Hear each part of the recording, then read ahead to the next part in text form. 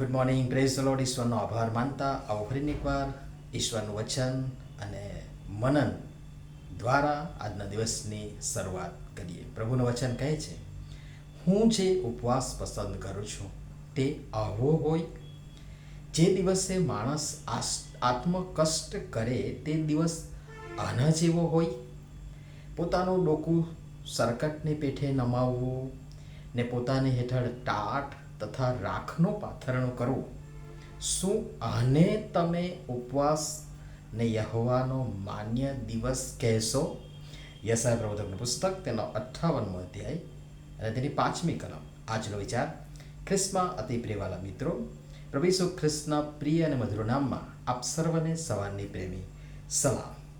પરમેશ્વર આપણ જેવો ઉપવાસ કરીએ છીએ તેમને પ્રબોધક મારફતે વચન દ્વારા જાણે એક પ્રકારે પ્રશ્ન પૂછે છે, અને એ પણ આ એક જ વચનમાં 3 પ્રશ્ન, પણ આપણે તબક્કાવાર એને જોઈશું. પણ આજે 2 બાબત વિશે જોઈએ. 2 પ્રશ્ન. 1, હું જે ઉપવાસ પસંદ કરું છું તે આવો હોય. 2, જે દિવસે માણસ આત્મકષ્ટ કરે તે દિવસ આના જેવો હોય. તો પ્રશ્ન થાય કે કેવો?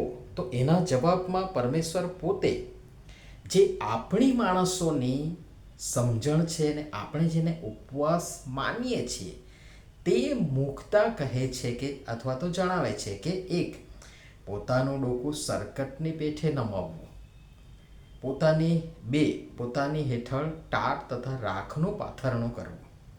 આ બંને પાછળ, આ બંને કૃત્યો અથવા તો એક્સરસાઇઝ અથવા તો કસરત કહી શકાય, એ બંને પાછળ પણ હકારાત્મકતા અને નકારાત્મક અસરો અથવા તો આડઅસરો સમાયેલી છે. પણ જેવી જેની સમજણ અને ભાવના તથા ઈરાદો, જેના વિશે આપણે થોડા દિવસ પર પણ જોઈ ચૂક્યા છે. જેમ કે વચન પ્રમાણે 1, ડોકું સરકટની પેઠે નમાવવું.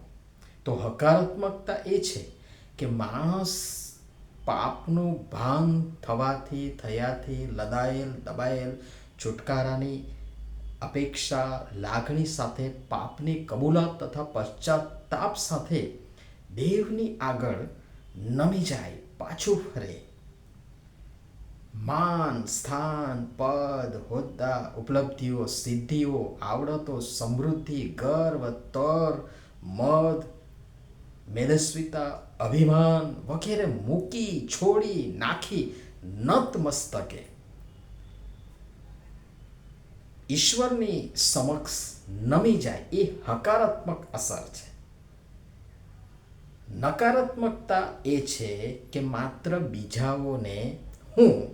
બીજાને બતાવવા માટે, દેખાડવા માટે ઉદાસ ચહેરો, વાળ જેમ તેમ લગર વગર હોય, ઉતરેલ મોઢું હોય, અવાજ દબાઈ ગયેલો હોય, આત્મકષ્ટથી જાણે માણસ ભારોભાર લદાયેલો અને સમગ્ર માનવ જાતનો ભાર જાણે વહન કરતા હોય તેમ ઢોંગ ધતિંગ આડંબર કરી નમવું કે મેં ઉપવાસ કર્યો છે. બંનેમાં ફરક છે. બીજી બાબત, પોતાની હેઠળ ટાટ તથા રાખનું પાથરણું કરવું. આ બંનેમાં પણ હકારાત્મકતા અને નકારાત્મકતા, એટલે કે હકારાત્મક અને નકારાત્મક બંને અસરો આપણ માણસોની પોતપોતાની સમજણ પ્રમાણે સમાયેલી છે. ટાટ તથા રાખનું પાથરણું બંને પણ શોક, પીડા, દુઃખ, પશ્ચાતાપ સાથે સંકળાયેલ કૃત્ય છે. પણ એ માત્ર પ્રદર્શન કરવાનું માધ્યમ ન બનવું જોઈએ.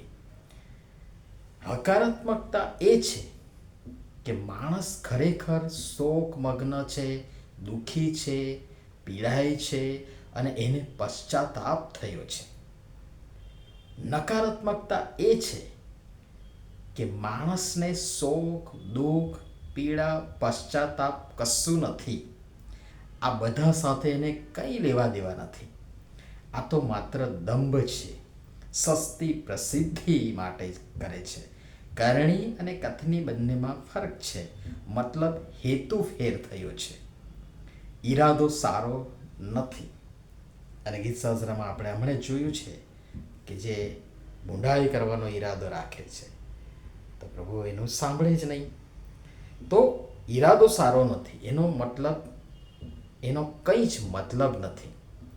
પ્રભુ ઈસુએ આ સંદર્ભમાં એટલે કે ઉપવાસ, પ્રાર્થના અને દાન ધર્મના સંદર્ભમાં સ્પષ્ટ કહ્યું છે. માથે લખેલી સુવાર્તા 6 અધ્યાયને 1 કલમ, માણસો તમને જુએ એવા હેતુથી તેઓની આગળ તમારા ધર્મ કૃત્યો કરવાથી સાવધાન રહો, નહીં તો આકાશમાંના તમારા બાપથી તમને ફળ મળવાનું નથી.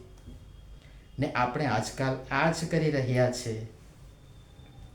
આપણા આ ધર્મ કૃત્યો ઈશ્વરને પસંદ પડે એમ નહીં, કિંતુ માણસોને ગમે, તેઓ જાણે, તેઓને આપણામાં એ દેખાય અને આપણા એ વખાણ કરે એવા થયા છે. મતલબ અને પરિણામમાંથી 6 અને 1 પ્રમાણે સ્પષ્ટ છે. આકાશમાંના આપણા બાપથી આપણને ફળ મળવાનું નથી. વધુ આવતીકાલે જોઈશું. પ્રભુ આ બધી બાબતો સમજવા પણ સર્વને એક સરખી રીતે સહાય થતા મદદ કરો. નમીએ પ્રાર્થના કરીએ. પ્રેમાળ પિતા, કૃપા કરીને માણસોને નહીં કિંતુ આપને પસંદ પડે તે રીતે આપની સાથે અને માણસોની સાથે પણ પરસ્પર વાસ્તવિક રીતે વર્તન કરવા અને રહેવા સહાય તથા મદદ કરો. પ્રભુ ઈસુના નામમાં આમેન. 2 દિવસ થોડી વ્યસ્તતા અને દોડધામ હતી માટે લખી શકાયું નથી, ક્ષમા કરશો. ધન્યવાદ.